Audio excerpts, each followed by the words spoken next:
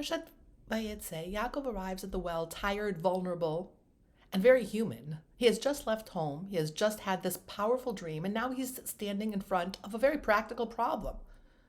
All these shepherds are standing around this well, waiting to move it together.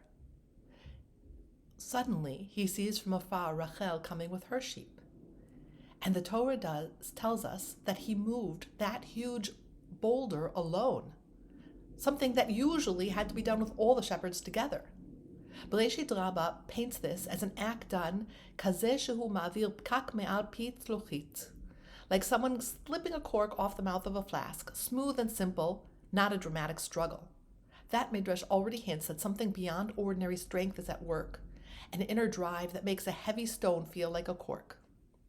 Rav Tzvi Rimon points out that right after Yaakov's dream, the Torah changes its usual language and says, Vayisa Yaakov raglav. Yaakov lifted his feet, instead of the standard Vayelech, and he walked.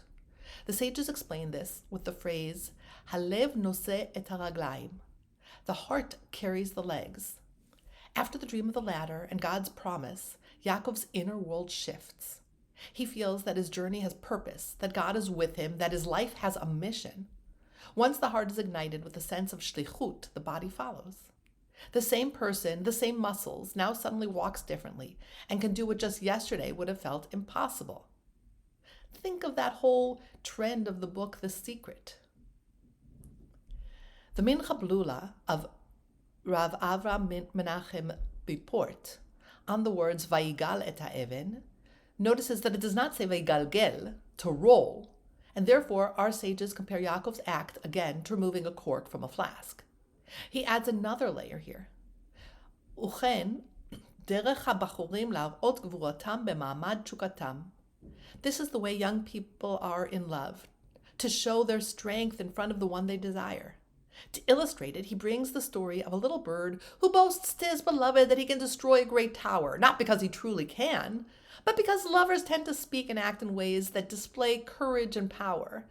In that reading, Yaakov at the well is not only accessing hidden physical strength, he's also a young man in love, stretching himself to do something extraordinary in Rachel's presence.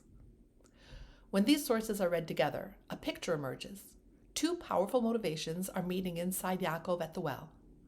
On one side, there is a spiritual passion that comes from his vision, the dream of the ladder, the assurance of God's protection, the knowledge that his life has a role in the covenant. That is Halev noseh et haraglaim, the heart carrying the legs, the mission that awakens new energy. On the other side, there is the very human emotional passion of love and desire, derech hachashukim, the way that we are in love the way that those are in love push themselves to be more, to do more, to reveal hidden gevura. Together they transform a task for many into a smooth act of one. The stone itself becomes an image for the blocks in front of our own wells. Sometimes those stones are external, time, noise, responsibilities. Sometimes they are internal, fear, habit, old stories about what we can or cannot do. These sources are not telling us that we that we must suddenly be superhuman. They are teaching that our perception of our limits is deeply tied to the fire in our heart. When there is a genuine sense of calling, when there is real love for a person, for Torah, for a community, for God, the same human being can access reserves of strength, focus, and courage that were not available before. The invitation of this Parsha, read through these commentaries, is to ask, where is my Halev noseh et haraglaim? What is the one area in which I am understanding what I could do because I am looking only at my current kochot and not at a power of a deeper position? And what is my vayigal et ha'even?